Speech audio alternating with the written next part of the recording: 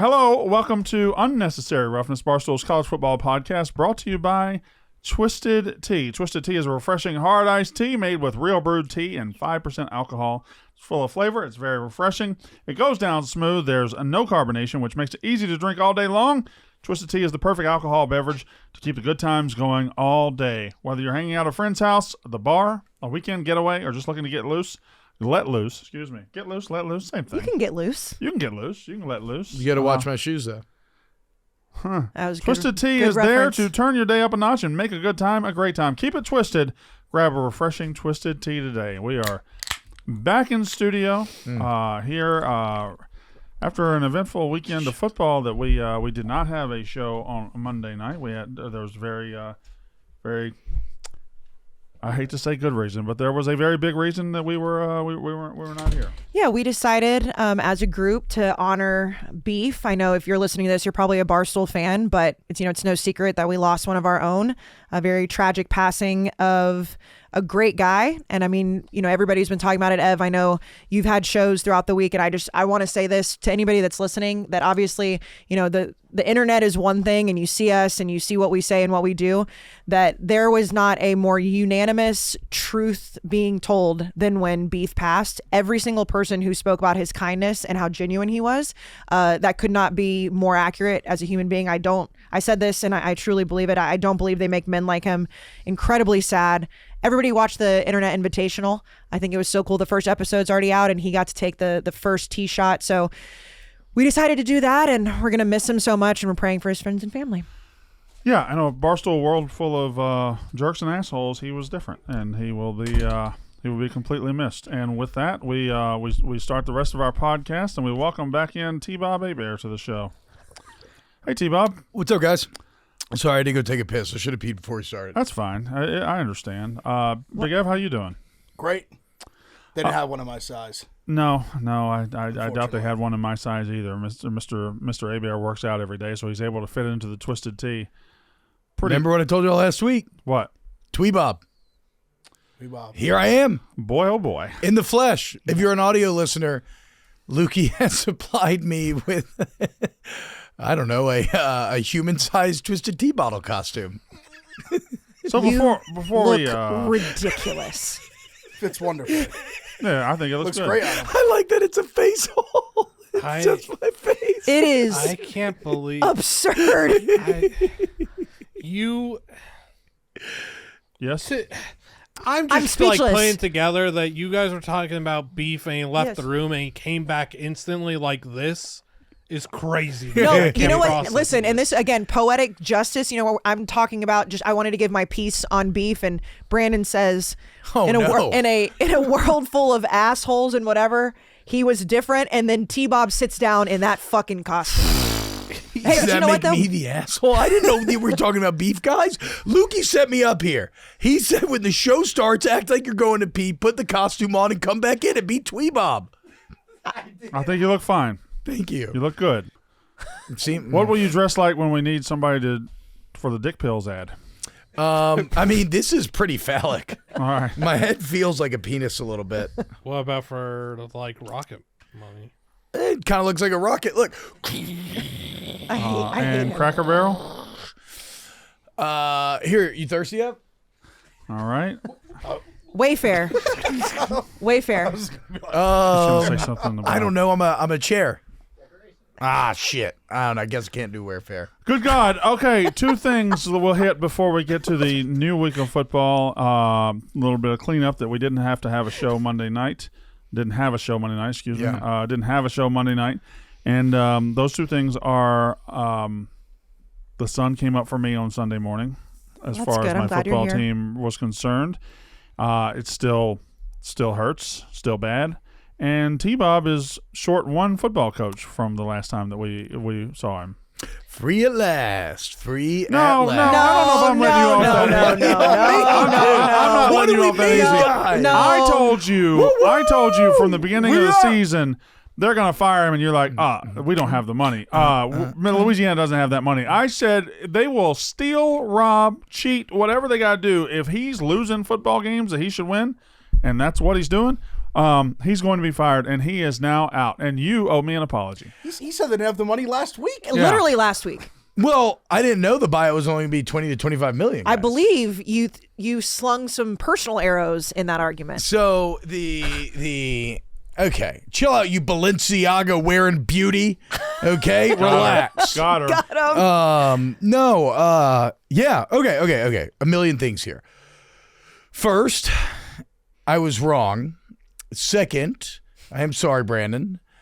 Third, I was gaslighting myself for 3 years. And it's kind of like after getting out of a toxic relationship and you realize, like, what the fuck was I doing the whole time? Like, yeah.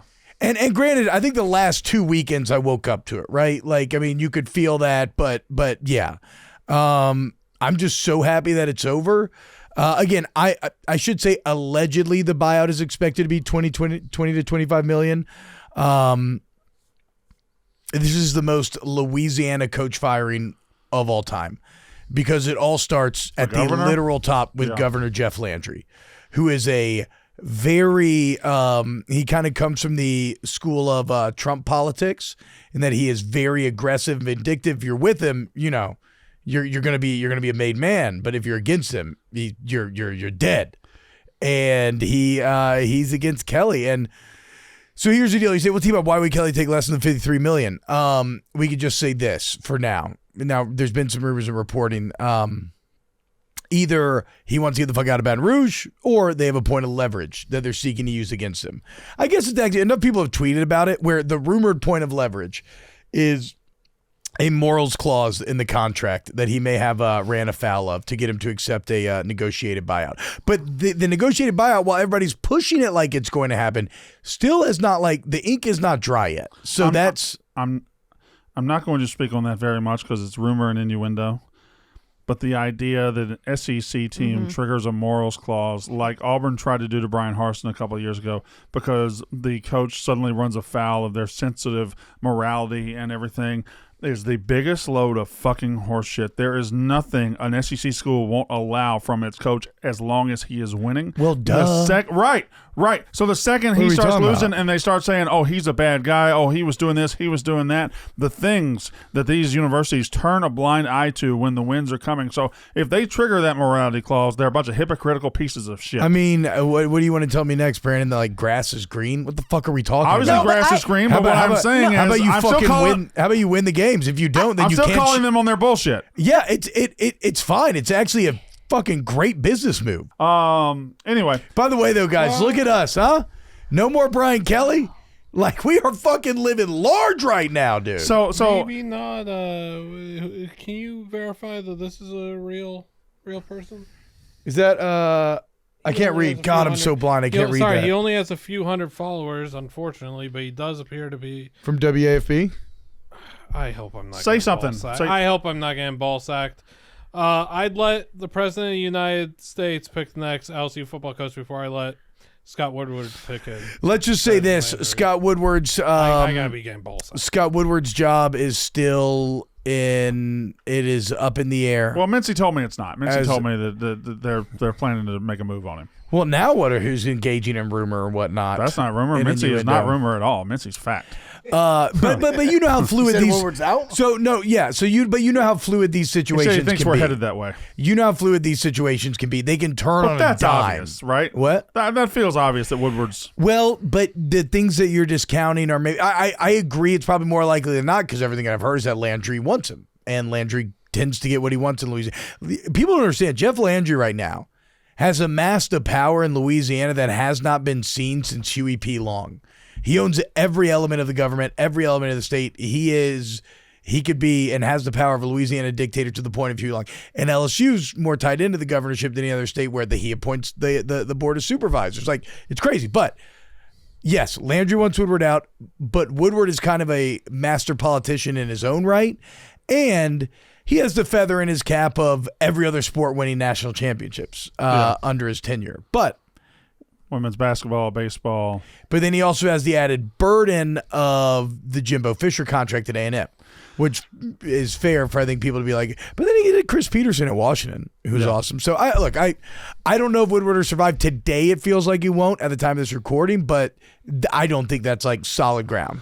All right, the bigger picture here for everybody else who's not in Baton Rouge or an LSU fan is that this whirlwind coaching cycle continues to spin out of control, and it is going to get a lot worse before it gets better, a lot muddier before it gets clearer. You now have LSU and Florida and Penn State at the top of this thing, followed by your Oklahoma States, your UCLA's, your Virginia Techs. I'm obviously missing a couple, but you see what I'm saying. And that is with Florida State probably on deck. That is with Wisconsin probably on deck. That is with Kentucky almost certainly on deck. That is with Auburn certainly in the mix to be on deck. Well, if we're speaking about rumors, some rumors are starting to swirl that maybe Auburn waits a year just to not be in this cycle. Well, then Auburn's the stupidest team in the country. Well, I mean, just because they don't want to get involved into diving into this coaching market. Don't know how. See, I don't understand. I said this. I think this might have been after you got off the show, T-Bob, because I feel like I had a pep talk with T-Bob where you did. You proved it to me. He said the same thing, and I was like, T-Bob, you're the hottest girl at the party. Yeah. Like you're like you right, like baby. if you're LSU, you don't care. Come in here. Oh my You don't bad. care who else is on the market, and I think Auburn. While they wouldn't be number one, they'd be top are in a 4. similar spot. Like you're one of the hottest girls at the party. Yeah. Like everyone's gonna want to fuck you. Yeah. Like you're hanging out with the hottest girl. The problem That's what I'm saying. is Like you're trying to you're a hot commodity if you're Auburn. So, but who are the hot John dudes? Summerall tomorrow. A ton of people want the Auburn job. They're top 3, 4 easily. Yeah. Who are Even the if hot like a Florida dudes? State comes out, a few others. I also hate this Auburn? narrative. No, like who are the hot dudes though? I mean, Lane's the hottest. That's the problem. There's a dearth of hot Auburn guys isn't at this But party. they're everywhere because you're trying to poach all the big dogs. Like you're trying to poach Lane. I think- you're trying to poach Marcus Freeman. Like I don't think Freeman's going to leave, and guys like that, I don't think they're going to leave. The hot dudes but are you're hanging gonna out in the try. cars outside. Yes. And you don't want to wait to see if there's another hot dude next year. Like all the hot dudes are going to go find another girl tonight. So why would you wait until tomorrow night? Maybe they're not that hot though. I hate but I hate this narrative that like these schools that there's not enough candidates or whatever. That's just not true. There's forever candidates. There's forever candidates. LSU has an endless supply of candidates at their disposal. They could go make Dan Lang a candidate. They could go make whoever they want a candidate, and Auburn could do the same. You make these people say no. And guess what? If there's not enough candidates, then you probably have the wrong people running your athletics program and overseeing your football stuff, because there's an endless supply of candidates anyway. Go and find the next guy. It's not that hard. Yeah. So it's really I not think that that I think a couple of things. I think that first off, I think the hottest guys, your Lannings, your Freemans, they feel so set. Like you definitely approach them. You try to hit on them. Didn't Brian Kelly feel set 4 years ago? Didn't Lincoln Riley feel set 4 years Lincoln ago? Riley was very set. Less so. I don't think Less so. so. Man. I think it was shocking Less to so. get both those guys out of there. Dan Lanning at Oregon right now on the rise. Marcus Freeman at Notre Dame right now on the rise. Both the guys we just talked about have either stalled or were on the way down at their current schools, and there's a little bit of familiarity breeding contempt. But Dan Lanning feels like an SEC guy stuck on the West Coast. I mean, call me naive. I take Lanning at face value when he's talked in the past about how, look, like, I fucking love Oregon. I think I got the resources here to win. My family likes it. Like, I want to keep my family here. Like, Lanning's kind of a normal guy in some ways, it feels like. And he's not wrong. He's fucking dominating the Big Ten. Why in the fucking world would he go jump into a middling SEC school? Okay, so then why would Lane leave Ole Miss? LSU's not a middling all the things SEC you just school. said about like him But loving LSU wants to get on Oregon's level. He's already at Oregon's level. It's like the Family Guy fan. It's the boat thing, the mystery box. Like, oh, Lois, a boat's a boat, but the mystery box could be anything. It could even be a boat. The Lanning thing is different just because he's documented he said no to Bama already. Yeah. That's why I think the Lanning thing is a little different. Like Freeman, I kind of feel the same way. Like, I don't think he's going to leave Notre Dame, but I agree with like Liam, but everyone's point. Like, you have to make those guys say no, like make an offer so enticing that he's sitting there having a hard discussion with his family. Like, hey, what does it look like if I do go to LSU? Yeah, for whatever it's worth. I mean, I've heard they maybe maybe kicked the tires on Freeman and kind of got shut down. And well, you have to, but I mean, I don't know. Lane would leave Ole Miss for LSU because LSU is a better opportunity. Well, but the point of saying like we believe a coach at face value and they talk about they don't want to move their family and all that. Lane said the same things. Yeah. So it's like I don't believe any of these. I wouldn't believe any of these coaches if their tongues were notarized. I think they're all full. Right. Of shit. So it's I'm like naive. so that I'm I'm not saying that I should or shouldn't believe Lanning or Lane or whatever. I'm just saying I think guys say anything in the media, and I do think Lincoln Riley was a shock. I mean, they hadn't like completely started to downfall, and he said no to the LSU job, and then all of a sudden was at USC or whatever allegedly. I just don't know why we would say Dan Lanning. What's happening? I think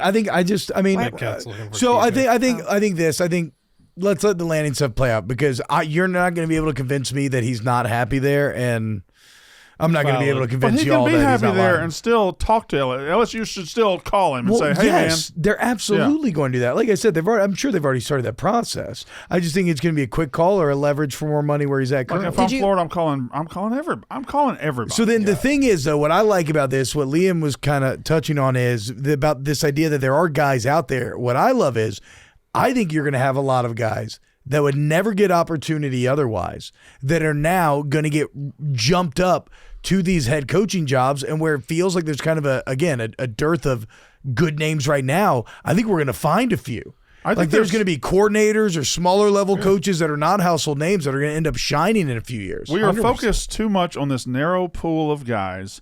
Your Lanes, your John Summeralls, your guys that we have anointed that should be looking around, in our opinion. Yeah. Some of those guys don't think they should be looking around. Some of those guys are happy with there, but there are also former fired coaches. There are there's all kinds of people out there. Like, if I'm Wisconsin, I get in the job market. Pat Fitzgerald is out there. Like, there's a bunch of fucking guys. James Franklin is out there. Yeah.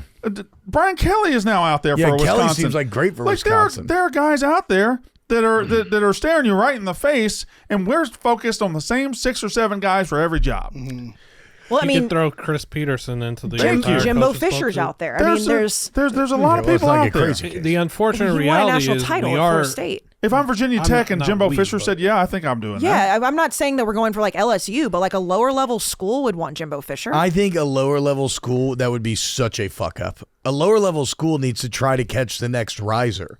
Needs to try to catch a hot coordinator from a smaller level of football or a smaller group of 5 head coaches. But to Brandon's point is, like, the pool is big. I mean, they could look at somebody like Jimbo Fisher and say, hey, like, you've been out of the game for a couple of years, but you did win. And I understand they had Jameis Winston, but like, he still kept A&M winning 8 or 9 games a year. I think, in my opinion, that sucks to me. I like the idea that instead we get a bunch of guys get an opportunity they never would have otherwise, and then we learn new names and young guys who are really excited. Like, okay, do you know who my number 1 candidate for LSU would be? And it's just completely biased, but it 1,000% is Kelvin Shepard, the Detroit Lions defensive coordinator. Dude's a fucking badass. He loves LSU through and through. He's an incredible DC right now. He came up in Dan Campbell's culture, so he understands the LSU culture and inside out. He's a great leader of men. He's a motivator. And you want to talk recruiting? Can you imagine having that badass motherfucker walk through the front door while everybody else in the SEC is parading around these fat, old, tired white guys? And here comes Shep, fucking jacked up, dreaded up, but like a leader, that's my number 1 pick. And he'd be come on the cheap. Get him for $5 million a year. For the record, Probably I'm like not 8. saying that those would be good options, but Brandon is 100% correct that the pool is much bigger. Did you see what Nick Saban said, though? I don't give a fuck what that.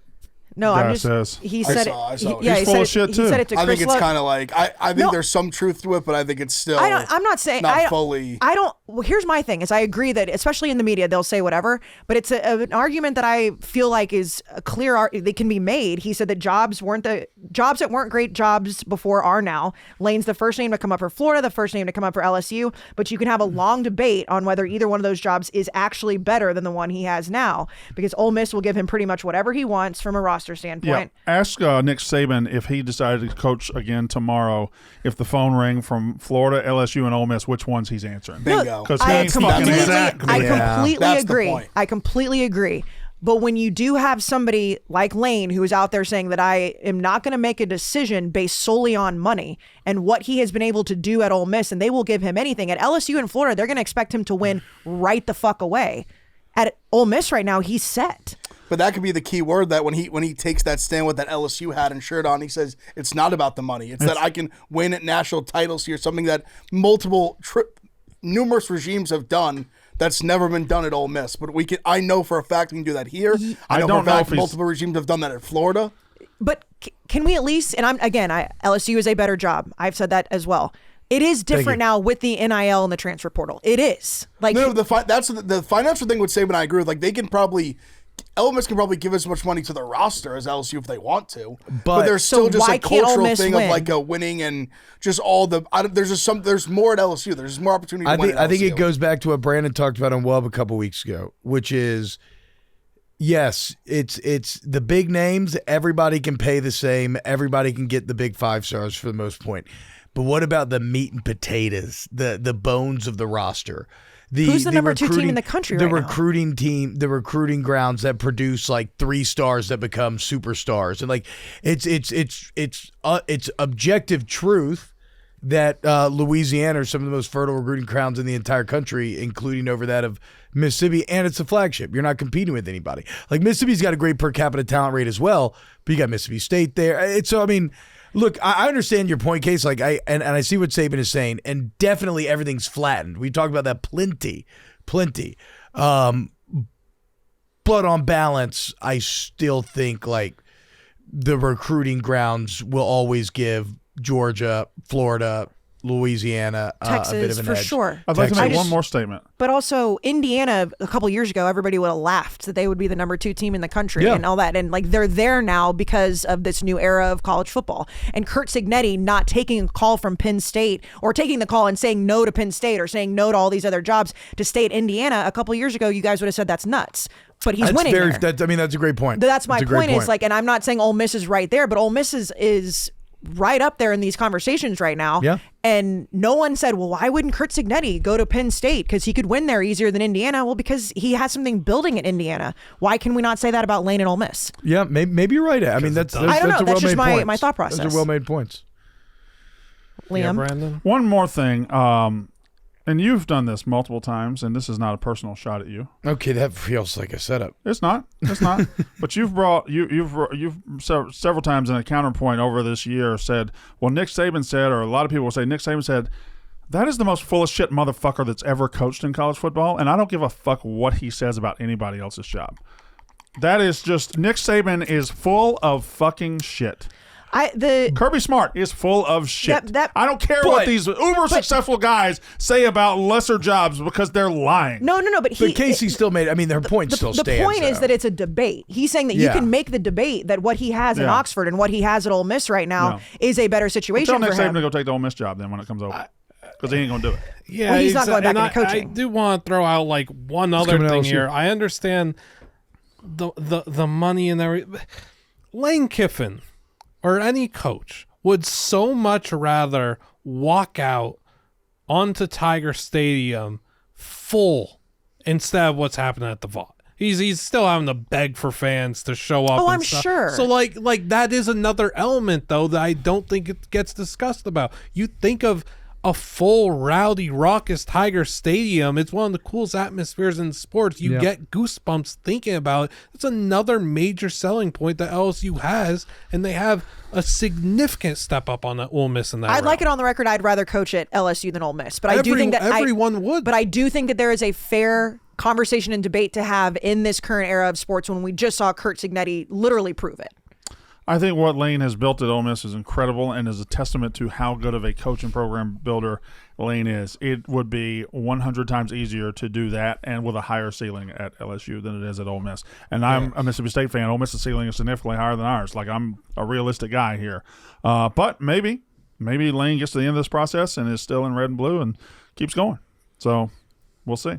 Yeah, it's just if he wants to. I mean, it's if he wants to just be the king of Ole Miss, or if he wants to win a national title. I think they could win a national title eventually. They could. I'm not saying like they can't. Can Indiana? I don't know that Indiana's an incredible story. I'm not sure what that proves about Ole Miss. Well, they live in different neighborhoods. No, my point is that they're trying to do different things. Like 2 years ago, you wouldn't have thought Indiana. Yeah, not like Kayce's saying. That's my we're point. talking about the least winning football team of all time. That's again, it has something to do with the fact that these are the lesser names compared to the brands that these guys could go get. Penn State is a much bigger brand than Indiana, and 2 years ago, we would have said who can win a national title quicker, Penn State or Indiana? Well, now Indiana can win it. So I'm just saying Ole Miss is right in the... Let's just let Indiana finish this That's drill one thing I was before going to say. We got to let it play out. They can. We don't... I think they're damn They're the good. number Listen, 2 they're team in the good. country. They just beat Oregon. We're talking about Dan Lanning being There's a happy. big deal. Ohio State took forever to be able to prove Ryan Day could win a national title. So let's just hold off on proving Indiana can win. When you're talking about competing at the highest level and being in the top 5, that's great. That's where they are. There's a whole different stair step to winning a national title. I 100% agree with that. To say that Indiana can win a national title this year when they are playing the way that they are and being a number 2 team in the country But does just not to sound say crazy. it's proven, let's see it happen then. I don't think it's proven it can I happen. think that Kurt Cignetti deciding to stay at Indiana is proving that he thinks that he can win there faster than he could win at Penn State, or he wouldn't be there. Maybe. It's a great conversation. The God amount of money they gave him probably helped too. But you don't think Penn State could give I think him that? also he's old. He's an older guy. Yeah. He also doesn't like that area of Pennsylvania. Oh, well, by the way, 18 minutes ago, I don't know what Landry's talking about at this point, but he basically just, in some political setting, he's at the governor's mansion. He said that Scott Woodward will not select the next LSU football coach. There you go. That's Louisiana for you. Look at this. He's at that came from Gilbo too. Yeah. And the guy and Moscona. In no uncertain terms. Yeah, You can't let that man He's pick sitting your here on coach. like a political pulpit. You can't let that man pick your coach. I did not get. I think you could let Wood. Woodward followers. He actually did say he'd rather let Trump pick the next head coach. He Who did say did? that. Landry did? Yes, he did. I didn't get Paul. Hilarious. I'd rather Woodward pick Not my a next fan. coach than fucking Landry. Landry's going to end up being the guy that picks it. Yeah, Landry's an asshole. I don't like him at all. Which now I'm gonna like. I'd rather face the fucking retribution. athletic director who does have some success in his career pick the next head coach as opposed to the governor of the state who just wants to big dick everybody. Yeah, this is where I'm a little ignorant with when it comes to this. Like, how many states are like this? Not Like, many. I don't like, think many. is Mississippi like that? No, to it's my only 2 schools. No, That's- Kayce, Oh, yeah, that- to I know my Texas isn't, but- understanding, That's a crazy thing that they're This is like. the but only to my place it could be like understanding, that. yes, to my understanding, all this works legally because it all goes back to the Kingfish, Huey P. Long. Huey P. Long literally created in the governorship. He created laws that made it like as close to like kind of like a dictatorship, like a monarchy. I mean, do you know how he expanded Tiger Stadium back in the day? No. Why did that's why there's dorms in Tiger Stadium. It was student housing. Yeah. So like my grandpa in the 50s, he lived in the dorms in the stadium. That would be All I sick. knew is It's that really badass. I got to film a hype video there for Tennessee, and like it's like looks like The Walking Dead because they've been empty since the 70s. Ew, I don't like And that. I could just like I was just thinking about all the fucking like old school banging that used to go down, dude. All the bushes. All I know I knew you about were gonna say that. all I know about Huey P. I knew it was going to Long- be some 70s fucking You know, talk I mean, was right coming. though. I knew. See, but you knew because what are you thinking about? You Brandon, know, what's wrong with him? All I knew about Huey P. Long is he said the only way to get him out, the only way he would be gotten out of power in Louisiana is if he were caught in bed with a dead girl or a live boy. Yep. That's a legitimate. And that's the man who FDR once called That's the a second. real quote? He said that FDR called him think most. so. Yeah, FDR called him the second most dangerous man in America. A chicken in every. was What a- is it? A can't radio in be- every home and a chicken in every pot. Yeah, he was legend. Huey Long. I'll tell one Huey Long anecdote that I love. It proves who he was. He. Well, I think Brandon just proved who he was. He would technically do something that you could say was good, but he would grift every step of the way. So he brought roads to all of rural Louisiana, right? But his company sold the stone that the roads are built of. They sold subpar stone at the highest prices. They would wet the stone down to make it weigh more so you could make more money there. And then they would build the roads 18 inches too narrow so that the stone would go farther. So he technically brought roads and everything, which is good, but he made money every step along the way. It comes from a political quote attributed to Huey P. Long, later used by others, where he said he would only lose an election if caught in bed with either a dead girl or a live boy. That is. Bro, and in his late 20s, this guy Honestly, was it's a bar. bro, oh, he was an orator, dude. In his late 20s, this guy was a traveling book salesman. He was destitute. And then he rose to the top. All right. And then he got shot and killed. You can still see the bullet holes at the Capitol. The rivalries, the marching bands, the upset Saturdays are made for football, and DraftKings Sportsbook is celebrating college football's game of the week with a special profit boost for all customers. Just opt in for the game this Saturday, and you'll score a single-use profit boost token for the game. Whether you're betting on your go-to team or an underdog, Saturdays are yours to own with DraftKings Sportsbook. Download the DraftKings Sportsbook app. Use code RUFF. That's code RUFF for all customers to get a special profit boost on the college game of the week in partnership with DraftKings Sportsbook. The crown is yours. This weekend, actually back in the summer, if you were looking ahead at the college football schedule, which we spend a significant portion of the summer doing that, we all had this weekend circled. Don't go anywhere November 1st. So watch out. November 1st is crazy. Go get, don't make any plans for November 1st. And then Penn State went out and sucked. Then Florida went out and sucked. Then Tennessee and Oklahoma, they're just pretty good. This thing, which looked on paper like it was going to be otherworldly, is not that great. It's not. Not that great. And the Big Ten continues to not really the schedule disparity in the Big Ten is just it is crazy. The conference, as good as it is and with many good teams, just doesn't seem to have those teams playing each other. I mean, it's just a weird thing. It's just unfortunate, like Ohio State, Indiana, and Oregon, like all don't play each other. I think that trio, besides obviously Indiana, Oregon, like basically them not playing us is just kind of. Well, and then Penn State just being complete ass. ass. That and Penn State sucking really threw a wrench. Michigan just being okay, because obviously we'll get Ohio State, Michigan at the end of the year, but even in Michigan, like they're not playing Oregon, they're not playing Indiana. Yeah. It's just like everybody's fucking playing Maryland and Rutgers. I mean, it does feel like Maryland, Rutgers, and Iowa have played every. it's great. But even like USC, Michigan State too. even USC, no Oregon, no Indiana, no Ohio State. Yeah, like a lot of our top half of our teams, just for whatever. Like every week, the SEC's got their top teams playing each other. And the Big Ten's just Ohio State's fucking around with Purdue or something. But there's too many teams in the Big Ten. There's 18. Yeah, there's 16 in the SEC. Like, I know, but those two make a big difference. The Big Ten this weekend is James Franklin's fault. Like this weekend should be a major game in the Big Ten to talk about who's going to be potentially playing for the Big Ten championship. And because James Franklin, I just said that wrong. James Franklin is ass. That game is now ass. Yeah. It's true. Yeah. It should be good. You're right. No, yeah, it should be good. You're right. Like Texas fucked up, and they're still ranked, I guess. But Texas Vandy. Even though I'm actually super hyped for Texas Vandy. I am too. Just because, we'll get to it. Yeah, we'll get to it through the categories. I do think I'm just looking at the big games. I wrote down Vandy, Texas, Penn State, Ohio State still because it's still two major brands, I guess. Do you think Georgia, Florida? What? Do you think Penn State players even try? Yeah, I do.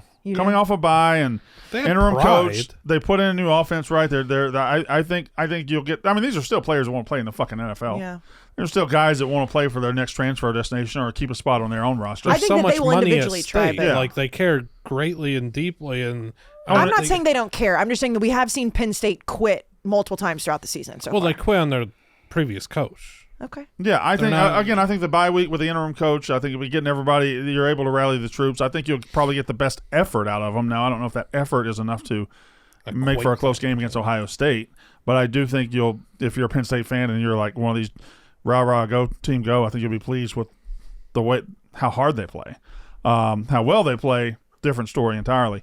I guess Cincinnati at Utah is a good one out there in the Big 12. The Big 12 is about to go on a run of giving us a lot of good games. Yeah, it's getting hot right now.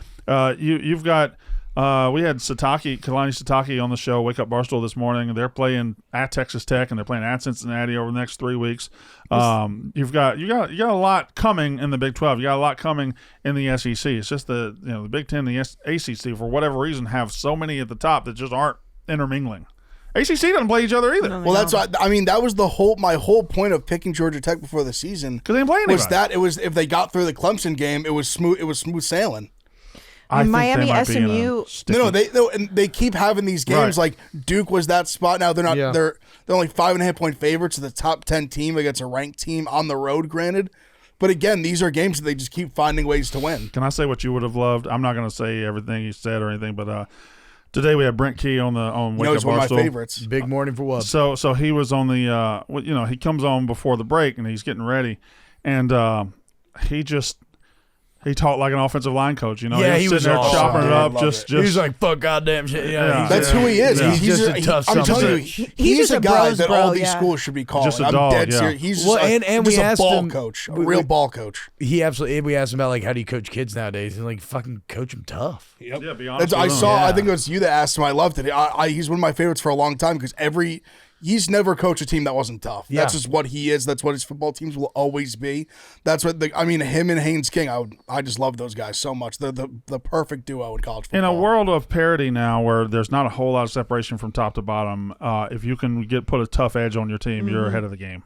Big time. And he can do it. Especially in ACC that's not like a super tough, physical conference. Like they go. It's what LSU didn't have They this win year. that way. And that's you've what said he that. got right We're to getting talk our about. dicks kicked in. Yeah. He's like, you got one of the line of scrimmage. That's easy, dude. And that was the thing, and that's the thing that everyone was very concerned because they lost a lot of good offensive linemen last year. And again, they just have one of the best offensive lines in the conference. Yeah. Probably the best, to be honest. Yeah. Maybe Miami might be the only one that's a better one, but I'm sorry, have a hard time looking at him? I can't take him seriously. He's like, we're getting our dicks kicked in. I look over and he's dressed like that. So- By the way, his I love chain, this look at the way his costume. chain is hanging out underneath I his love this beard. costume Like, so much. He just looks like such an asshole. Move the microphone for a second so that people can see the way your chain is hanging. Like, that's ridiculous. I'm just thinking about Lukey clipping this episode, and this is what Shut up, I got T-Bob Kyle will look Lunacy. like on every clip. That's what I'm saying. Diamond Crazy. I've had this bit a few times in my career where like I've dressed up for a show and then you go on like a serious rant and then it ends up getting clipped and like you're like taking hardcore but you're dressed in an Olaf suit where just your mouth is going through a mesh. This in is front a of your problem face. for you because if these ticks do really well on the TikTok, get ready to keep dressing up, bud. Look, I love Levitard show. That's always been my favorite morning show, and they have a million examples of this where they're dressed up for something stupid and then they're like on Levitard he's like ranting about like actual like real world like stuff and politics and he's dressed like Guy Fieri. Watch Hulu's all new original series Chad Powers featuring Glenn Powell. It's streaming right now on Hulu and Hulu on Disney Plus. It's a wild ride. I've been seeing a lot of people on social media absolutely loving it. So go check it out. It's hilarious half-hour comedy series, but it's not just about football. It's a heartfelt comeback story that everyone can relate to. Don't miss Glenn Powell as Russ Holiday and Chad Powers, 2 identities, 1 icon, 0 shame. It's the all-new Hulu original series Chad Powers, which is now streaming. And if you're a bundle subscriber, you can stream it on Hulu and Disney Plus. Terms apply. Brandon, have you watched the show yet? No, I haven't watched it. I'm gonna. I think at the end of the football season, I'm gonna catch up on those shows that I haven't. This feels like a binge watch, but a lot of people that I follow on Twitter that are like true football guys, like you, they seem to love it. They seem to love it. It's crazy because I think everybody. I got to be honest here. I'm not alone in this. Everybody said this like that. It didn't for some reason. It didn't look good. It didn't look good, and everybody who's watched it, and I watched them, and I agree. It's actually very fucking funny. Yeah. Like it's actually very. I don't know what maybe it was like the makeup or something from the previews. You're kind of like I don't know, but no, it's great. It's got a lot of like Kenny Powers in it. I've seen a I'll lot of watch people. Glenn Powell do anything. Oh, yeah, he's so hot. I love Twisters. I've seen a lot of people say like they're mad that Hulu hasn't announced a second season yet. That's how much people want more. So go check out Chad Powers on Hulu and Disney Plus. I think I'm just going to get on to the categories pretty quickly because we can talk about, if y'all want to do a spirited breakdown on Vandy, Texas or Penn State, Ohio State. But here's my breakdown on Ohio State, Penn State. Bad team against good team, Ohio State rolls. And I think we can move along. But I mean, would you play? I'll ask from the gambling perspective. Stu's all over Penn State here. I mean, that feels like the play, no? I guess I also the thing with the spread is that I think if Was it 20 and a half? It's 20 and a half. If the Day and Knowles thing is real, like Ryan Day does not like Knowles and Knowles does not like him. I think that's if you know, you know. Like there's definitely a lot of beef there.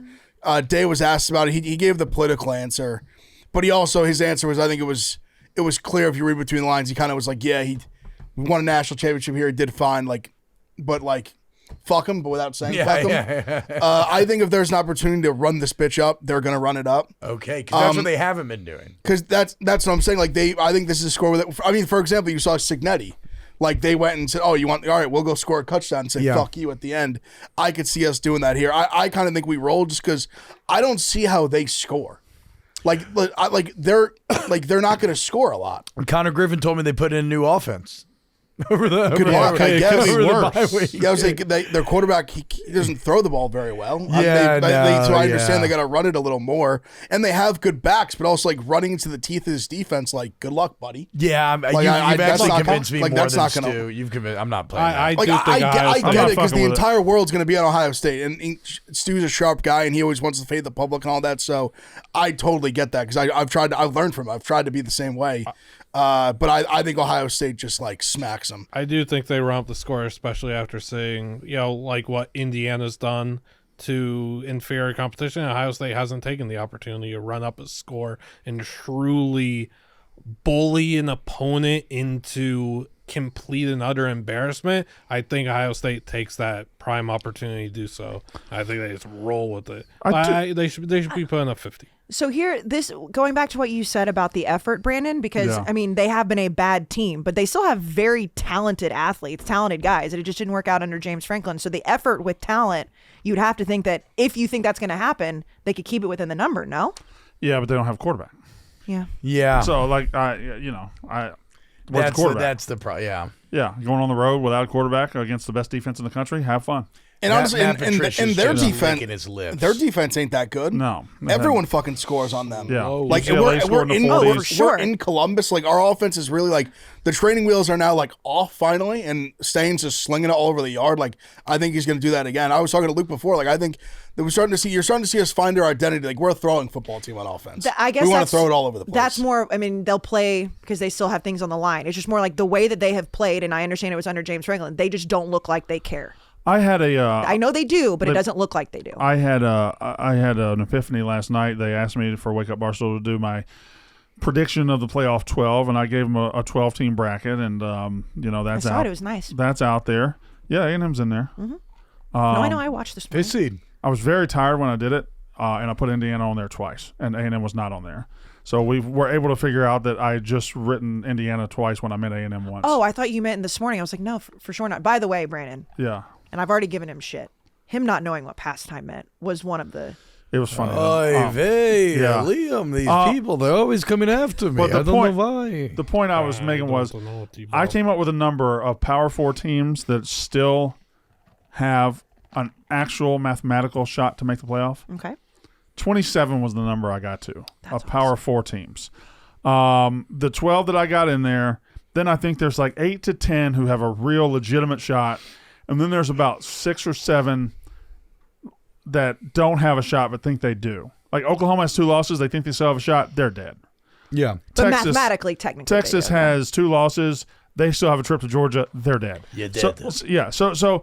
But I do think there's a couple, especially in the SEC, there's a couple of games this weekend, and the one I look at where I think a dream is going to die this weekend, I think Texas beats Vanderbilt. You do. And it ain't based on the way they looked last week, because I don't think Texas is all that good. But I'm going to give you 2 dates. Okay. You tell me the significance of both of them. October 4th and September 20th. Does anybody know what those dates represent? Yeah, home games. September 20th is the last time the Texas Longhorns played a home game. September 20th. They will have gone a month and a week of not playing. They had 3 road games and the neutral site game in Dallas against Oklahoma. Yes. And October 4th is, I'm guessing, The last time Vanderbilt was on the road. Yeah. Vanderbilt went on the road, and what happened at Alabama? They didn't play worth a shit.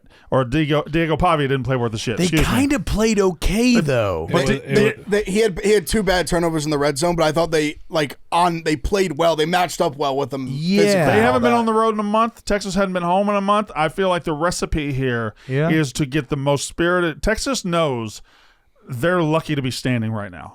They're lucky to have gotten through the gauntlet of Starkville and Lexington. And as silly as that sounds, like they're lucky they didn't lose one or both of those games. Now they're at home for the first time in forever. Arch returns home a different quarterback, I think, than when he left. And I think they're finally involving Wingo. But I think that Vanderbilt's a better team than Ole Miss and Kentucky, and Mississippi State, don't ever fucking say that. What did I say? You said Ole Miss. Oh, I meant Mississippi State. Well, sorry, I apologize. Yeah, that's fine. Vanderbilt can be a better team than Texas. This spot to me screams Texas. So I kind of agree with you on. I do agree with you on the spot. And by the way, Arch returned to practice, still in concussion protocol, but I think he's expected to play. I agree with you on the spot, but like, I'm back in Vandy.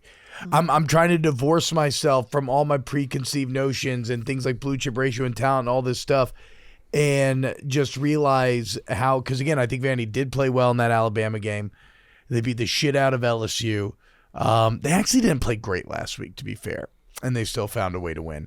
But I guess I'm just rolling with Big Ev's guy, dude. I'm trusting Diego Pavia I think Diego Pavia is such a gamer, such a competitor, and now he somehow has Vanderbilt on the cusp of these playoffs, and I don't think he's going to be denied. And the one of the big differences here is, like, we talk about quarterbacks being leaders of men and the impact that has. Like, people really want to follow them. This entire Vanderbilt team is feeding off of their field general Pavia, and they want to follow him to that promised land. Whereas, look, I'm sure like Anthony Hill and other guys in Texas are leaders, but they don't have that in Arch. It's a lot more individual. So I think Vanderbilt's gonna rally. They're gonna go on the road, and I think they're gonna come out of Texas with a win. I also just don't trust Texas offense. Like, with or without Arch playing a little bit better, like their offense, and you look at the way that Texas fans even react on social media during the games. It's like they can't even believe what they're seeing. And on the flip side, I do think that Vanderbilt's finding ways to win. I understand they lost against Alabama, but I feel like Alabama's a really fucking good team. I don't know. I just do not trust Texas offense to be able to put points on the board. And that's why the spot's so good. Yeah, there's not a single thing I like about Texas. I've been very outspoken about how I don't like Texas at all. I think it's a 7-win team, and I side with Brand. I think it's a prime opportunity for them. And I think a lot of people are going to take Vanderbilt at that number, and I hate it. I like Texas in the spot. I completely agree with Brando. I mean, Ev. You're Mr. Vanderbilt, but you're also Mr. Spot. It's the most spot game like in the history of like college football. Yeah. But so I like it. It's hard for me to even say to go against Diego. Yeah. I can't. Don't do it. I can't because because he has this, like, he does have that X factor, that like that thing you can't quantify, like that Vegas just can't quantify. He just finds a way. And even the Mizzou game, like, they didn't play that well. I thought their defense actually played much better than I ever thought they would. To hold them to 10 points. I know Prabula got hurt. It's just like Texas defense is really good. Like you said, at home, like, I mean, we saw a great effort from them in the Oklahoma game where it was a very similar spot. And granted, that wasn't like in Austin. Yeah. But still, like, that, it just it feels very similar to that Oklahoma game where it was like Oklahoma had looked so good. I know what's his name? Mateo was hurt. I'm about to say, but Diego doesn't have a broken thumb. But still, it just like, and he's way better. He definitely is better. It's the most Texas spot ever. I'll ride with Diego. But you know what overcomes a spot though? A fucking dog. Yeah. I will never. I can't bet against him. I just like you can't go against your guy. But I'll take the plus 2.5. This is where the brands come into play too, and it's fair.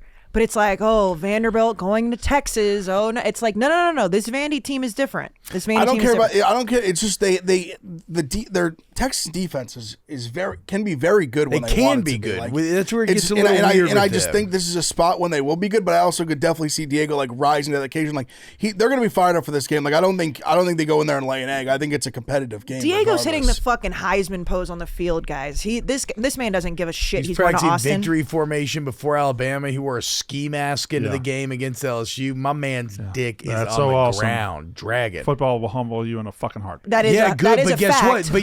He's not a guy that cares about going to Austin. He's not a guy that cares about getting humbled. But he's a guy that he's playing with house money. He made the joke he was on like with Shantor. He's like, I was a negative star. Yeah, like he's like look where I'm at kind of thing. Like he's already playing with house money. The only way you go into Austin and get done what Diego Pavia is going to go to do is because you're not afraid of being humbled.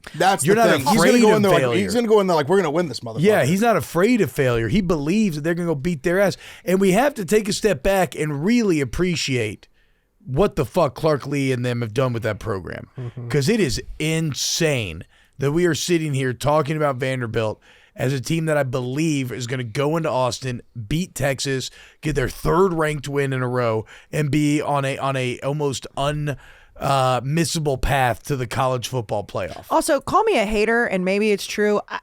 Obviously, anytime you go into a stadium where there's 100,000 fans. Like Texas, like we're acting like Texas is Death Valley at night. It's not. I've seen it get crazy. I don't know. What time is this? Is this 11 a.m.? Yeah, it's 11 a.m. Like, this is not like going into, a stadium that's just like, oh my God, you go into this stadium and it's hard to win. And it's a bunch of Balenciaga rare and rich bitches, isn't it? It's wine and cheese. It's a wine and cheese crowd. That's what I mean. Yeah. That's what the uterus. I'm not trying to disrespect Texas, but I mean, it's not Death Valley at night. Thank you. All right, this game of the week segment Death Valley at night wasn't shit either, was it? Fuck. This game of the week segment is brought to you by Cracker Barrel. Cracker Barrel is giving you all the more of what you already love, like those fluffy pancakes me and Big Av had a couple weeks ago, that hash brown casserole that we all love, like the chicken fried chicken that Big Av had, like the meatloaf that you had, like the meatloaf. shepherd's pie that T-Bob had, like the broccoli and cheddar chicken that I had. But if you go on is it Monday night or Tuesday night? Fried pork chop night's the best night. I should go more often. Can I give a compliment that people might not know about Cracker Barrel that you need to know? Go. When they ask you about the bread you want, they give you multiple options, and then they put it in a basket, and they ask you what kind of jam you want and what kind of butter you want. That's phenomenal service. So you want biscuits, cornbread, or both? Yeah. And that's old class. You want strawberry jam, you want grape jam, you want honey, you want butter. Ugh. See how Cracker Barrel is bringing you more crave-worthy comforts, country hospitality, and all the more to enjoy. Swing by and visit Cracker Barrel today. Big F, what is the Cracker Barrel game of the week? I'm going to go Oklahoma, Tennessee. I think that's the one that has the most true blue playoff implications. I like Oklahoma in the game. I feel weird. I said it last week and it burned me that the defense would be the X factor. I think it will be here. I really believe that. Tennessee's defense is putrid. They can't stop a nosebleed. Yeah. They had Kentucky at points going up and down the field at them last week. They ended up winning the game big, but it took some weird turns, wacky turns in the second half. I think Oklahoma goes into Knoxville and wins the game. Another one where I think they're all like they were able to score. They were able to get the ball going. Had some good drives in the second half against Ole Miss. Just weren't able to get the stop late when they needed it. But I think Oklahoma wins the game outright. I'm really not a believer in either of these teams. Like I don't think either team is a playoff team. Yeah. But I think Oklahoma is going to win this game. I'll take the 3 points. It's just Tennessee's defense. Like it's just so bad. But they're explosive on offense. But I think Oklahoma's defense will be able to at least keep them in check enough to win the game. Can I ask you a question about these two teams? Because I know you mentioned the SEC, and I know we have 4 teams that have one loss. Yeah. If you had to pick between Oklahoma and Tennessee to actually be in the conversation for the playoff if they went out, wouldn't you say Tennessee's a much better option? Mm-hmm. But like if Oklahoma wins out, they've got a couple nice wins. They would have beaten Alabama. Yeah, which is like that's why these teams are so interesting because they both have 2 losses, but there's still like when you look at what happened at the playoff last year, and obviously the 3 lost teams shouldn't have been in the conversation, but you're looking at they had to be. That's what I'm saying. So you're looking at these teams right now, and I mean this is why the 12-team playoff is so great. I know it's a bigger picture, but like the fact that we're talking about Oklahoma and Tennessee, and you're still talking about playoff implications when they both have 2 losses, it's awesome. It's a playoff Thunderdome. Yeah. 2 teams enter, 1 team leaves. I don't know, Ev. I find it very hard to believe in this Oklahoma team enough to see them getting done at a night game in Knoxville. Have we confirmed, Liam, is Tennessee going to be wearing the Halloween unis or no because it's after Halloween? Yeah. They will be wearing the black? Oh, they'll probably be wearing orange. They tweeted them all. No. They're going black mode, right? I haven't looked it up. Dark mode. Yeah, I guess you can't. Black mode, that sounds problematic. It'd be weird to promo it and not wear it. But the point is, Tennessee at night in Knoxville in those uniforms, that's a fucking crazy environment. And I don't believe in this Oklahoma team nearly enough, even with Tennessee's shitty defense. Yeah, I think Tennessee's going to win the game. Kayce Smith, what is the Cracker Barrel game of the week? So we're talking a lot about the SEC and how the playoff is going to shake out. In the Big Ten right now, you have Iowa, Michigan, Nebraska, Washington, and USC, all with 2 losses, all of them kind of lingering around. 2 of those teams play each other at night in Lincoln, Nebraska, and that's USC. Nebraska, last time we saw USC, they lost to Notre Dame. They did not look good. They're coming off of a bye week. Nebraska barely comes out of Northwestern with a win, but this game to me is so important for that next tier of Big Ten teams that are going to be in the playoff race. I still love this USC offense. they're going to want to get right after what happened against Notre Dame. And Nebraska, you're still just waiting for them to really take that next step that everybody says they're going to do under Matt Rule. He's, in the conversation to take another head coaching job. I think this game's going to be very, very fascinating, and it's really going to start to separate those teams of who deserves to be in the playoff conversation. Because if USC goes in and beats the shit out of them, then we can bury Nebraska and then keep a watch on USC and vice versa. And I think it's an interesting game. T-Bob, what's the Cracker Barrel game of the week? I hate it. We already talked about it, but the game that I care about the most is Vanderbilt at Texas. It's just, I can't get over the rise of Vanderbilt, how impressive it is, how against all odds it is. And I've always, and this is probably from living in a dysfunctional state, I've always hated coastal elites, like California and like New York and shit. I've always hated Texas because they're the next door neighbor and everything's bigger and economically more stable and better and blah, blah, blah, blah, blah. Suck my fucking dick, Austin. I hope Diego Pavia and Vanderbilt runs into that city and jams it up your ass. I cannot wait, and I will be cheering hard for Vanderbilt to go into Austin and ruin the Longhorn season. I mean, that is just a chef's kiss of perfection if this Texas team that was number one preseason that we all crowned, if they were to fall apart at the hands of Vandy and Clark Lee and Pavia and Stowers and the boys. So that's my favorite game. Would have been better if they fell apart at the hands of Mississippi State. Brandon, there's nobody wishing more than Mississippi State fans and all of us in this room. The pains of today, Brandon. Do not forget. We were all on your side. Never forget. Honestly, I was really looking forward to that custom cowbell. You don't think we were all on your side for that? I may have already received it. I don't know, Big F. We'll see. Maybe there comes an opportunity for me to give it to you in the future. Maybe that would be fantastic. I'm still with you in the trenches. We all wanted you to win. I know, but I know we know something the public doesn't know. Oh, I see what you mean. Yeah. Okay. Uh-huh. Go Bulldogs. Yeah, Liam Blutman, who is the Cracker Barrel? Who is the Cracker Barrel game of the week? What? That's everybody's Liam, whispering. answer. Everybody's whispering all There's around so much going on. Yeah, No, it's we're distracting for having me. a side And He's combo. Liam. whispering in his ear. Liam, what's the Cracker Barrel game of the week? So much going on. Well, I can't believe you guys let me get Penn State, Ohio State. Crazy. No, I can't believe I got mine. But Kayce and I see eye to eye here. Mine is USC at Nebraska as well. It is put up or shut up time for both of these programs. Yep. Like, go out there and win out, prove you're a playoff team, prove that you're actually on the upward trend. Whereas if you do lose, well, I guess conversations are going to be had. One school is going to be maybe fine with their head coach being poached. The other is going to be very angry about Mr. Riley and where things are headed, and that it's all too similar from a record standpoint to what it was with Helton. The last time that USC won back-to-back road games in conference, they were playing like Cal and ASU, or sorry, it was maybe ASU and Colorado. They haven't been able to win on the road in the Big Ten. They've beat UCLA and Purdue on the road in the Big Ten. They're 6.5-point favorites here at Nebraska.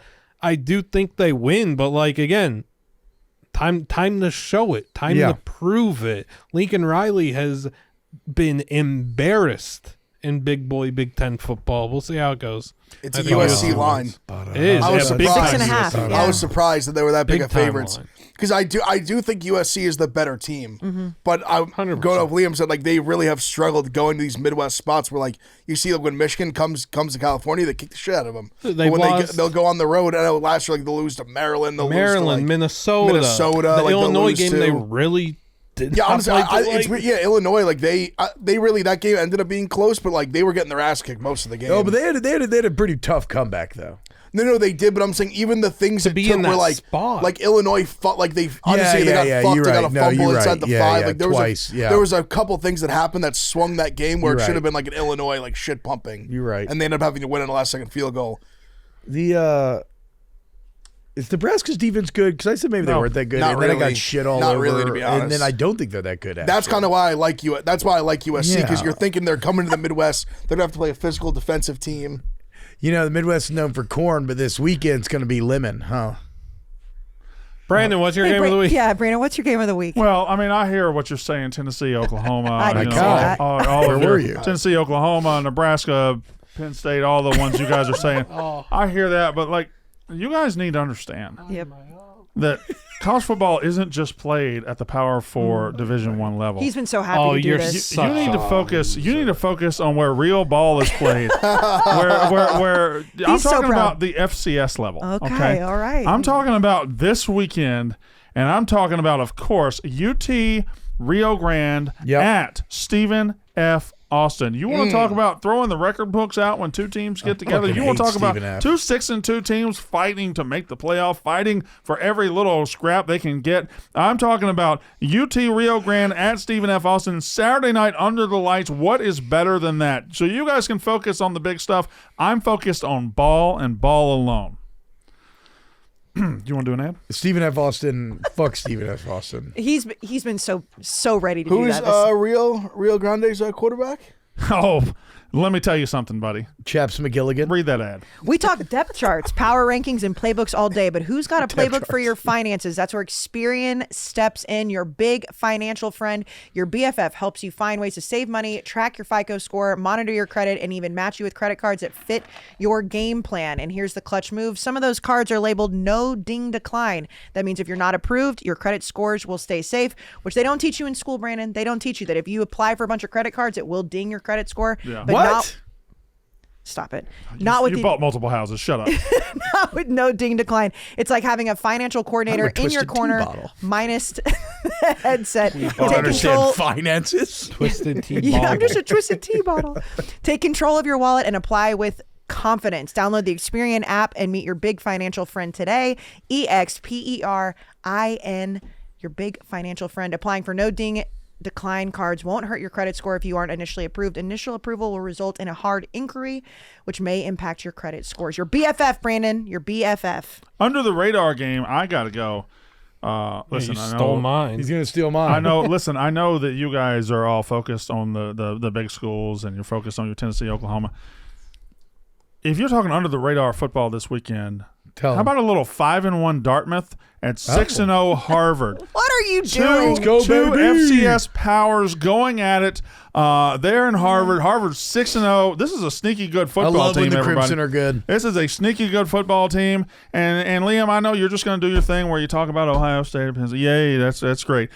Give me real football under the radar. While you guys are watching all those games, I'm going to be watching the Crimson and the Big Green. And I don't know if that's what Dartmouth is called, but I think it might be. No, that's North Texas. That's the Mean Green. It's a mean green. Yeah. What's Dartmouth? The Big Green? You are going to hate their helmets. Fine. I hope you know Dartmouth, that. Harvard, under the radar game. That is, I am the ball knower of ball knowers on this show. Did anybody else have that one? You No. are wearing your ball knower shirt. Look I at really that. am. I got Look at to. that. My one of my Harvard old teammates. plus 4,000 to win the national championship, let's by the go. way. Look how mad he is. Really Look at those good daggers. FCS team. He's Really good shooting Ivy team. daggers at you. One of my What's old. going on here? Yeah, no, what is going on?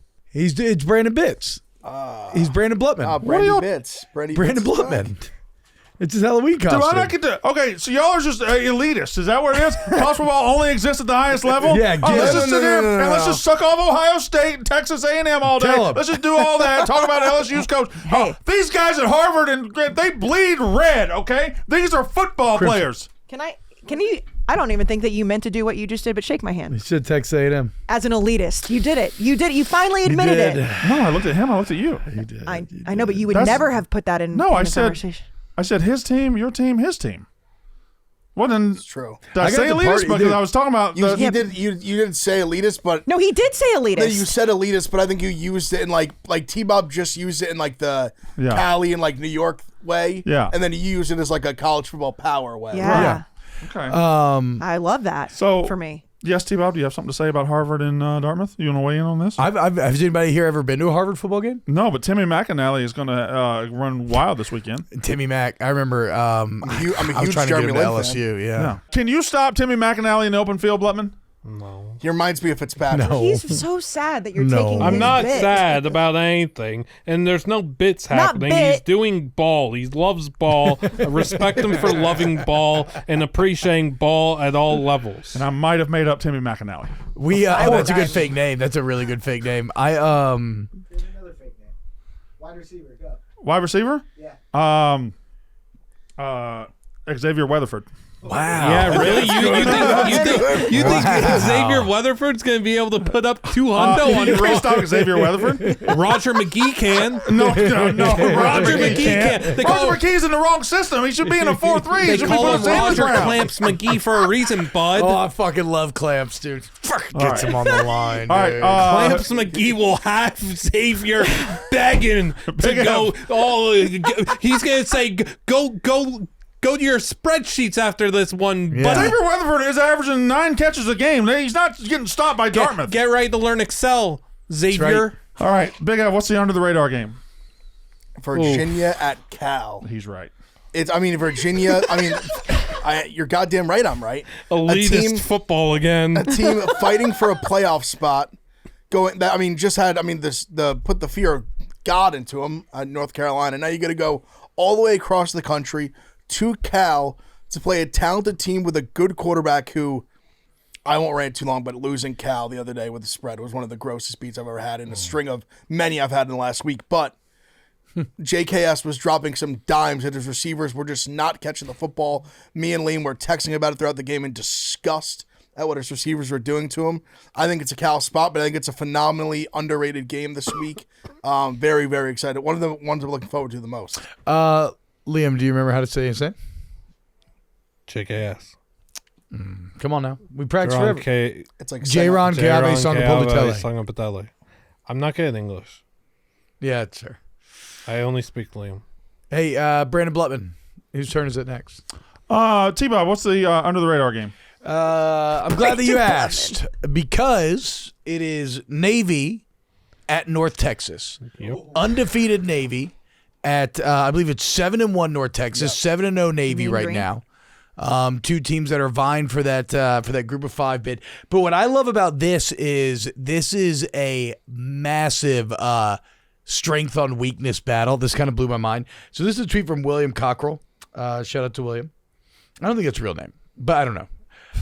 Navy currently first in the nation in rushing offense. North Texas 118th in rush defense. North Texas, 6th in the nation in passing offense. Navy, 115th in pass defense. So this is good on bad on both sides of the ball. That's kind of fun. Also, Navy's currently played the easiest schedule in the entire country. So they're potentially fraudulent, but I fucking love Heidenreich. I love Blake Horvath. And I like when the military schools are good. And so I think this game's and then also like North Texas, we want to talk about the guy who's going to be the guy in this coaching cycle. Morris, what's his first name? I want to say Chad, but that's not right. Eric Morris, the guy who found Cam Ward, he found Baker Mayfield, and he found who's the third, Liam? He was with Mahomes. He was with Cam Ward. He's got one. He's like a fucking quarterback finder whisperer. He's a whisperer. North Texas is awesome. I love this game. Under the radar game. Navy at North Texas. It's at noon, guys, or 11 a.m. if you're in God's time. Kayce, what's the under-the-radar game? Well, this is never an under-radar the game in the SEC, but because of the way that this team or one of these teams has played, it makes it a little bit under the radar, but it shouldn't be. It is Georgia, Florida. It's the world's largest outdoor cocktail party. Yeah. We know that Florida obviously has not been very good this year. They fired their head coach. Georgia, though, they got a big one in 2 weeks. They have to go to Starkville and play Mississippi State. Anytime you have a rivalry game, I said it right, like this, some crazy shit can happen. What do you? Big look ahead spot for Georgia. Big look ahead spot. Big look ahead spot. I don't think I almost took down Texas. I almost took down Tennessee. My eyes are on Georgia. I know they are. And here's the thing. You better get ready because my eyes are turning to Ole Miss. You know what they say, Brandon? It's a dog-eat-dog world. That's what they say. They do say. But this game is always weird. There's weird shit that happens in this game. We've been to this game. I've been in this game multiple times. First of all, some of the drunkest people. Yeah, some of the drunkest people. It is a blast. I don't like that it's in Jacksonville. I think that it should be played on campus. But it's on my bucket list to go get drunk in Jacksonville one day. It is the drunkest game I've ever it sounds fucking incredible. And I'm not saying like I haven't been drunk at the game. I have seen how drunk people get. But no, this game, Georgia has still, I mean, we know we put them up there, right, with the SEC teams this year for good reason. They've still put together some games where it's like, I don't know, like really how good are they? Florida with a little bit of new life without Billy Napier. I don't know. I'm just saying I feel like it's a little bit under the radar. These fired coaches into bye week, into big game. Interesting. Yes. Go ahead. Florida plus 7.5. That's Yeah. all. That's I have what to say. I'm saying. I've only locked in like 3-4 bets so far. That's one of them. Smelling locked the in. cheese. I'm Florida saying. plus 7.5. She's on the scent. It's a good defense. That you can still. Florida is a good defense. They got good players. They will fight. They're They going have to good fight in players. this game. They're gonna And fight. Georgia has not put out some, And you know, Georgia's full defense games. kinda Like stinks. Yeah, Georgia hasn't put together a full game yet where we're like, God damn, Georgia. I'm just saying.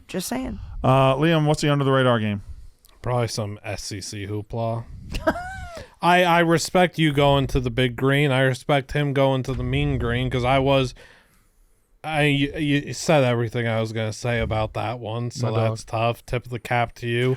I want to very much so mention that, again, talking about candidates and, there's not enough candidates out there. Eric Morris, there's one. Bob Chesney, there's another. Jimmy Rogers, there's another. Sean Lewis, there's another. May just open your eyes and look instead of looking at the same 6 names. Be better at using your brain cells. And Drew Mestamaker against Blake Horvath. Yeah, that is an elite quarterback matchup. We're talking about, it's a week of college football was supposed to be so good. Man, we got 2 great quarterbacks going at it in a game that's going to feature so many points, so many yards, so many touchdowns. That's what a college football fan loves. Get me fired up for that one. But since you took mine, Thursday night, Michael Vick versus Deshaun Jackson, Norfolk State, Delaware State. Wait, they're both head coaches? They sure They are both I head do not think I coaches. remember Michael that. Vick is 1-7, and Deshaun Jackson's got his Delaware State Hornets at 5-3. Oh, so okay. completely different directions for these two in their coaching season debuts. It's going real well for DJ. Just copying me. All right. Let's go with really, Brando? Let's go with the player to watch. That game's in Lincoln Financial Field. The player to watch. Kayce, your mouth is open. You will go first. Hey now. Yeah, that was. Well, it was. That's true. Well, you were ready to talk. I was taking hair out of my mouth. Oh, Hey boy. now. No. Okay, all right. No, we've already talked about the game at length. We've talked about this player at length. It's Diego Pavia for me. Vanderbilt being right there in the mix and seeing what he's going to be able to do. I mean, we've said everything we need to say about Diego. Oh, what's his name? Big Ev, your player to watch. I like when you get so tired on Wednesdays that you forget our names. It happens every How single often week. do you call your kids the wrong name? Yeah, all the time. Yeah. All the time. Wait, was it? Okay. Yeah. We're your kids. Oh, yeah, that's true. Yeah. I have to point at him and be like, say your name. Yeah. You can go now.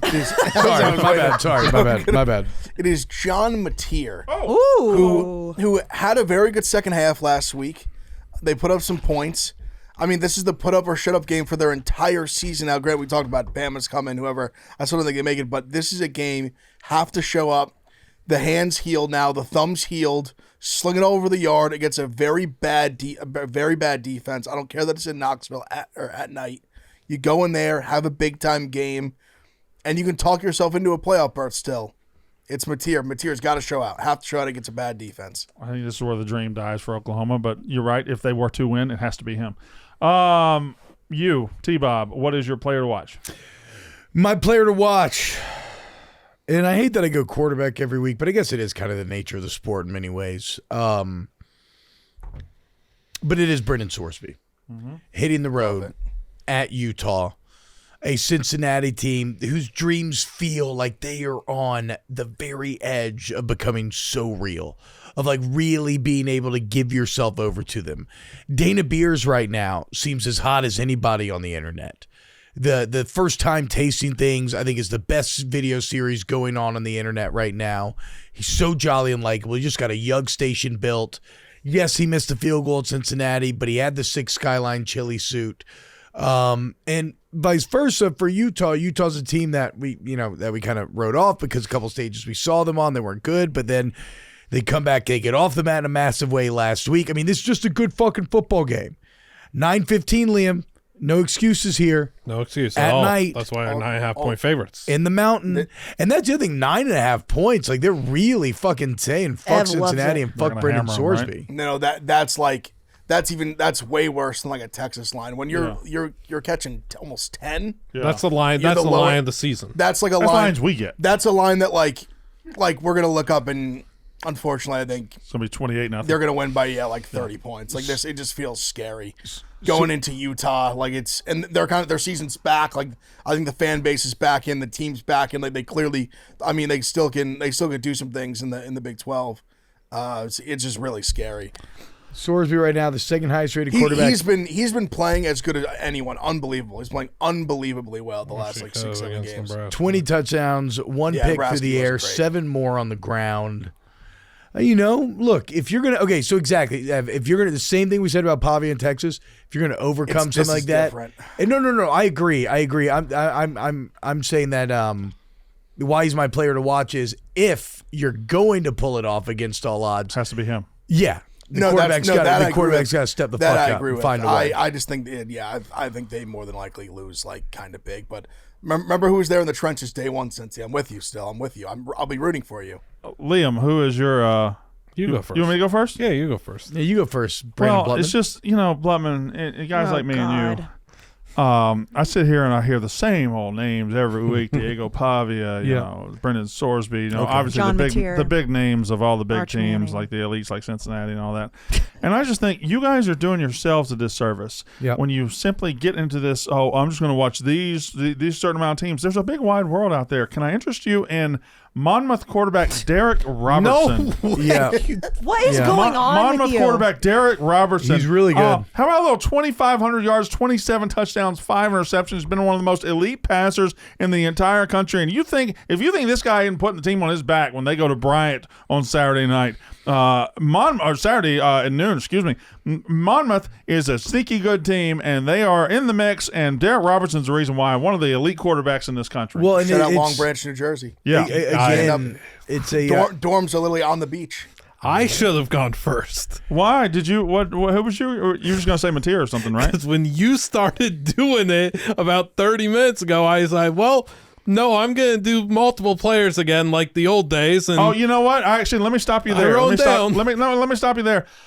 Because I have multiple players from the FCS level. I have Jarrell Wembley, running back for Stephen F. Austin. You talk about a guy that can tote the mail. 641 yards, 5 touchdowns this year, and they are going to light up the scoreboard this weekend. Derek Wembley, I got Derek Robertson. I just Wembley? you guys focus on the same 12 guys every week. This is what you wrote on the piece of paper and showed the Kayce. Yes. If- No. No. Is That was that something it? else. That was something no, else. Is that it? That was something you'll like. So, all right. So maybe I was initially right about what I thought it was. Kiali Ayat. How do you say that? You're going to the Montana quarterback? The Montana quarterback. he's got a 17 guy touchdowns. The Grizzlies. The Grizz. Kiali Ayat. got Yes. a guy. Did you see him get decked last Oh, week? I see him. Of course, I was watching Walker Harris. Walker Harris at NC Is Central. everybody But okay? You're Is everybody a good? freak. What do you mean I'm a freak? Yeah, see, That's a compliment.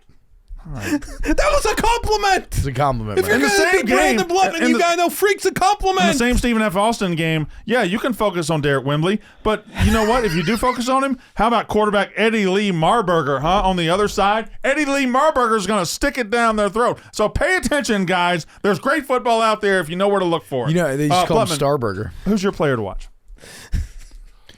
Those were a few- By the way, Monmouth those were a 7-1, few Bryant really good 2-6. shouts.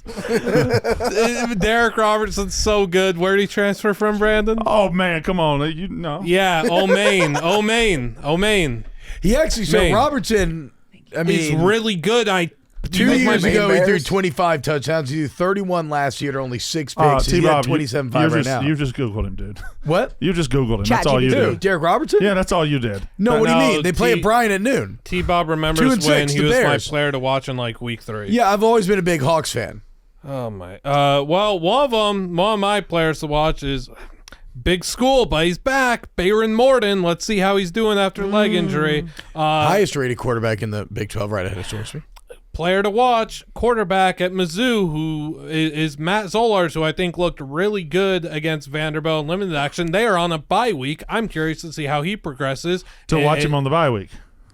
Correct, because your player to watch on their bye week. Yes, they play A&M next week. And I hear a lot of people a lot of people are throwing Mizzou away, but Zollars throws the ball a lot better than Prabula. Issue is he is a true freshman, and that pressure against A&M next week is going to be really interesting to see and probably going to overwhelm him. But I like Zollars. I like the make of him. I think he's got a bright future. Dylan Stort, of course, edge rusher at South Carolina. Oh, man, what a fun time. You ever just watch Dylan Stort, Brand? You know what he can do, Liam? I'm mostly focused on the smaller schools on Saturdays. But okay, dude. You know what he does, Liam? What? He bends the edge. He bends the hoop.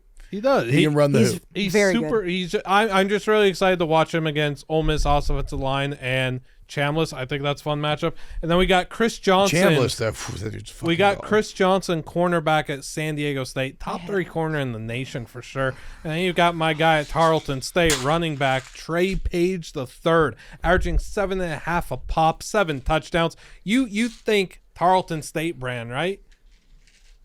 Oh, Yeah. hey, yeah. Yeah, we there? love Tarleton. You there? You think here. Tarleton State, whatever, think he right? fell Dying on the asleep. vine. well, I got to be honest, Liam. They're coming up in one of my later categories. Such a so I don't want to give away too much of what I think about Tarleton State. So I was gonna bring up Dude, the Tarleton. Such an asshole. they're the second favorite to win the national championship in the FCS. are they written down or not? They are. I believe you. I love No, Trey I thought Page. he made that up just to say it, but he's No, right. It is I written believe down. Tarleton State is one of the quickest, fastest teams that I've watched all year. They done at the FCS level. They absolutely blitzed Army with their speed. Trey Page is a zoomer, complete explosive player. He's going to get NFL looks one day. He's just a redshirt freshman, I believe, but Brand has him on his list for a reason. I can't wait to see why. So I guess do you have any more ads, by the way? Yeah. Go ahead and do one. Also, while you do that ad, I'm going to pee because No, I need a pee too. I can't do it for you. I'll do an ad. no, give me here. it. Give me it. Give me the ad. I'm gonna go pee. Give me the ad. Let the human tea bottle read. Wayfair. As the holidays approach, get what you need to personalize your home with Wayfair. Shop holiday decor for every room in the house, whether it's Christmas trees, wreaths, inflatables from the front yard. Wayfair's your one-stop shop.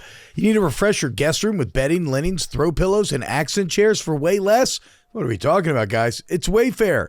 Make holiday hosting a breeze with quality cookware that will wow any guest. I can't wait. I'm going to be taking full advantage of Wayfair for the Christmas season. Having moved recently, we got rid of a ton of stuff, which means I'm in the market I got to re-up my inflatables. The kids love them. And they can be tacky, but if handled correctly, they can actually be a lot of fun. And with Wayfair's selection, you can accomplish that latter goal. So like, if you want to have the Christmas home of your dreams, you want to get to Wayfair. There's something for every style and every home, no matter your space or budget. Wayfair makes it easy to tackle your home goals this holiday season with endless inspiration for every space and budget. So why don't you get organized, refreshed, and ready for the holidays for way less? Head to wayfair.com right now to shop all things home. That's WAYFAIR.com. Wayfair. Every style, every home. I was expecting to see him re-enter in costume. If I say Zoltan, does that do anything for anybody in here? Yeah, I think of the dude in the thing. Well, You see him in like the gas station. That's Zoltar. Well, that's Big? what I think of. From Big? I'm thinking of Zoltar's on Big. That's not what I'm thinking of. Zoltan, you know, like And then when there's he says Lothar of the Hill people. From when he South says Africa. Zolar, Zlatan. no, when he says Zolar, when he goes Zoltan, it's dude, where's my car? Fine. Nobody remembers dude, where's my car? I haven't seen it. I think I only saw it one time. Fuck, I'm old. Well, Kayce's older than me, just in case anybody was wondering though. Big By Av. like 2 months. What is You're your still a crusty old woman compared to me? I'm a young, beautiful. Big Av? What is your team on banana. upset That's alert? the old one. Also, have we done upset alert? No. Okay. No. What is your team on upset alert? I've got a few this week. I'm writing them down. All of them? Oh, just okay. one? Give All me of them. one, and then if you sorry. want to clean up, Go you back. clean up. Give me your number one. So I I think will you've already say- said it, but I'll say one I haven't said because I've said a couple. Louisville's an upset. I like Yeah. Virginia going to Virginia Tech. tough place to play. Listen, Cal should have won that game last week. They definitely should have. They got some breaks for sure, no doubt. But Louisville, I think they're just a little. They're not quite as good as we all think. I mean, they blew the Virginia game that I thought they should have won. Obviously, they had the big Miami game. I think people are now thinking a little too highly of them because of the Miami game. And I think this spot where they go into Virginia Tech and they are live dogs. So Louisville on upset alert. Be careful, Cardinals. Be careful. T-Bob, who's on upset alert? So on Thursday, I do think Mike Greenwave, or maybe a little bit, going into. You're doing the Mints thing, just claiming every single team from Louisiana. Yeah, no, I've always claimed Tulane. I know that traditionally, like my grandpa fucking hated Tulane. Yeah, like LSU fans, old school LSU fans hate them. I've always wanted to see every team from the state thrive. And I think the uniforms are really cool and shit. So I know, and I like Summerall. So I would say Tulane maybe. I won't pick Vanderbilt since they're ranked higher, even though they're technically dogs. Yeah, go to someone else and I'll give you an answer to bet. Liam, what team is on upset alert? Kayce's keeping her secret so well right now. I sneaky kind of did think. Look at me in the eye. Go ahead. Right. I don't know. I did sneaky kind of want to say Florida over Georgia, but I'm just going with the coast to coast. UVA has not played well the last few games. Yep. Coast to coast going at Cal. Cal's offensive line needs to hold up. They allow too much pressure, and then their wide receivers quite literally could not catch COVID if they were outside in a full arena of human beings in March of 2020. Their wide receivers need to do such a better job at playing football. I think Wilcox, who again I am certain gets let go by season's end, needs to play their younger receivers, get fresh blood in there. You have such a talented quarterback that throws rips all across the yard. Help the fella out, man. But I like Cal in the spot for sure. Oh, sorry, continue. No, that was it. I like Cal in the spot for sure. You think that Wontick's going to get fired? Is that going to be another? Is that going to be another job opening? I'm going to tweet out tonight, I think, of job openings I think will be available. Okay. And it might be 130 teams. I have mine, by the way. Yeah, who is it? It's Texas Tech. Oh, yeah, I can see I like that. that one too. Yeah, Texas Tech hitting the road, a Kansas State team that we've completely written off and forgotten about, but they've been playing way better as of late. Who did they beat? Kansas. Smashed Kansas. Yeah, Kansas. Smashed them. At Kansas last week, looking like the team they thought were. And every now and then we see this. Who did we see this with last year? Team starts bad and then just TCU. I stopped watching last year. Oh, Kansas was actually this team last year too. Yeah. Oh, remember Kansas was this team. Yeah, last they year. sucked, and then they beat three ranked teams in a row. They lost Illinois by 2. They lost somebody else at the last second, and then they just started ripping. Yeah. So, Texas Tech said to watch out. Tricky spot going into Little Manhattan. I got no problem with Little Manhattan. Only Big Manhattan. Casey? Brandon, how are you feeling though? That's great. How are you feeling? I'm just a hater. Not great about what Jealous. you're about to do, honestly. I always wanted to live Why? there. Because I don't like the idea of. I like the idea you're picking us to win. Yeah. Don't like the idea of it being an upset if we beat a 2-6 team. It is technically an upset. I know they're 4.5 point favorites. And let me tell you something. You got your Chicken heart. shit Bobby Bones won't make a bet with me. You got your heart ripped out last week, right? Oh, last You're 2 gonna weeks. go into fucking Fayetteville. Am I allowed to? Yeah, you can do it. I'm afraid it's gonna be too loud. You got it. Woo! Get your fucking mind right, okay? SEC. You had your heart ripped out. Win. It sucks. It's the worst. You're going into Fayetteville and you're gonna kick their fucking dicks in. Yeah. I like that. You smell I like that? that. It's I'll bacon. finish off upset alert. First SEC win, baby. Let's go. I'll finish it all. I'll finish off upset alert. I just think Charleston State is a very good team. Yeah. Charleston State going on the road, though, at 4-4, hungry Abilene Christian. You don't just walk into Abilene, Texas, and walk out with your pants still intact. No. And I think that's They'll what rip 'em right it's off. risky. I know Charleston State's a good team, but this line started at 21.5. It's down to 16. The odds makers know what I know. There's a frisky bunch of Abilene Christian frogs, rams, tigers, horns. Hold on, I'm gonna get there. They're purple. Abilene Christian sheepdogs. The Abilene Christian is sheepdogs, right? Tigers. Going to be an angry bunch of Abilene I want to Christians. go home, dude. Come on. Tigers. Is it Oh, wow. tigers? Wow. Is it tigers? Oh. What is it? No, keep going. You don't know either, do you? The Wildcats. Okay, very good. Yeah, you're right. It is Wildcat. All right. He wants to go home. All right, and I also, when I walked out there, I had requests to let Liam go. Apparently, you're needed for the ramen line. Yeah, no, there's like a whole group of people waiting for people Liam. waiting for you. Yeah, they want to go get ramen. Also, I have people waiting for me too. I really do too, by the way. That's why you didn't talk about the Vaqueros either. Fine, we're gonna speed through. We're gonna speed through the last category. That's a terrible pick. I hope you know that. Listen. Tarleton State by 62. Yeah, one play can change a season. One upset can silence the stadium. With every snap, the stakes get higher, and no one brings you closer to the action than DraftKings Sportsbook, the #1 sportsbook for live betting. From live in-game betting to rivalry week odds boost and so much more, DraftKings Sportsbook keeps you in the game from kickoff to final whistle. Whether you're riding with your favorite team or making moves as the momentum shifts, the game is always in your hands with DraftKings Sportsbook. New customers, this one is for you. Bet just $5. If your bet wins, you get paid out $300 in bonus bets instantly. Own every Saturday with DraftKings. Download the DraftKings Sportsbook app. Use code RUFF. That's code RUFF to turn $5 into $300 in bonus bets if your bet wins. In partnership with DraftKings, the crown is yours. The unnecessary roughness dog parlay presented by DraftKings is Kayce. Vandy plus 2.5. Big Av. Oklahoma +3. Boomer Sooner.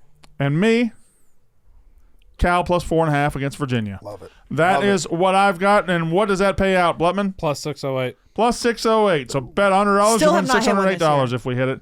And I thought we hit one in week 2. Yeah, we hit one. We hit one week 2. Kind of funny. That's when I was in it.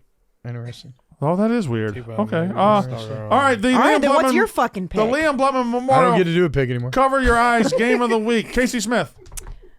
I'm going to be honest. I forgot to write one The down. Liam Blutman Memorial Cover Your Eyes game of the week. Big Av. Kentucky Auburn. Auburn's going to kill him. Go. Kansas Oklahoma State, because any game with Oklahoma State this year is hard to watch. An abomination. T-Bob. The Liam Blutman Memorial Cover Your Eyes game of the week. Tarleton State ACU. They are fun to watch. It's an awful Liam. game. The Liam Blutman Memorial Cover Your Eyes game of the week. Roosevelt, Michigan Tech. You're just trying to look cool by taking a lower level Kentucky, team. Auburn, Sam Houston State, I said Louisiana Kentucky. Tech. He's just trying to look Sam cool, taking a Houston lower State level is the team. worst watch in the sport. Phil Longo is a terrorist. He needs to be fired. With cause. With cause. Morality cause. For killing that program. Brandon. Your Cover Your Eyes game of the week. It's 2-5 Wagner at 0-7 you're St. such Francis an of Pennsylvania. Yeah. That's who it is. These are two bad football teams, and I feel pity for you if you watch that. You should watch a great FCS game like UTRG at SFA. That's what you should watch. It's pronounced Wagner. It is not. It is Yes, it Wagner. And it's not Franz's place. It's not Franz in most places. It ain't Wagner, okay? It is Wagner. I promise you it's not Wagner in Staten Island. It's Wagner. I promise you. It's Wagner. Anyway, it Coming is. from the But guy that that didn't know what is pastime it's meant. Wagner at St. Francis. Am I not right, Blumman? Nobody knows what the fucking pastime means. That's crazy. You're the only person on the planet. All right, that didn't everybody. know that. Liam, go get your ramen. T-Bob, get out of your bottle suit. Big Ev, you're cool. And you, Semper Fi. That's unnecessary roughness. Stolen valor? Bye.